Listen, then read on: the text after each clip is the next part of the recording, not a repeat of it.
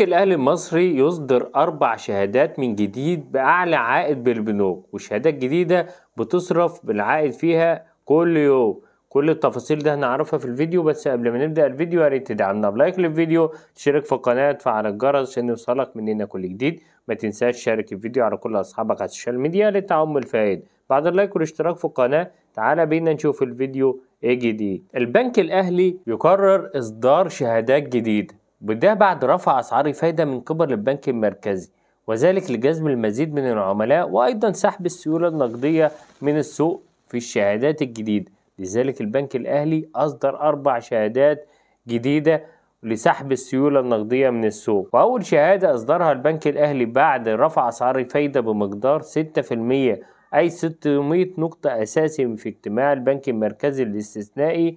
أول شهادة وهي شهادة 30%، العائد فيها بيكون متناقص، وأول عام 30%، تاني عام بتصرف 25%، تالت عام بتصرف 20%، وهنا العائد بيصرف سنويا. تاني شهادة معانا تم إصدارها بعائد شهري، العائد فيها أول عام 26%، تاني عام بتصرف العائد 22%، وثالث عام 18%، والعائد هنا هيصرف شهريا لمدة 3 سنوات. أما الشهادة الثالثة وهي بعائد 21.5%، وهي شهادة شهرية لمدة 3 سنوات، وهي بديلة لشهادة 19% اللي كانت مطروحة في البنك. أما الشهادة الرابعة وهي شهادة مختلفة عن الشهادات السابقة، لأن الشهادة دي لمدة عام واحد فقط، وأيضا بعائد 23%، ويصرف العائد يوميا، والشهادة لمدة عام واحد فقط. كمان البنك الأهلي مازال يصدر شهادات 27% السنوية،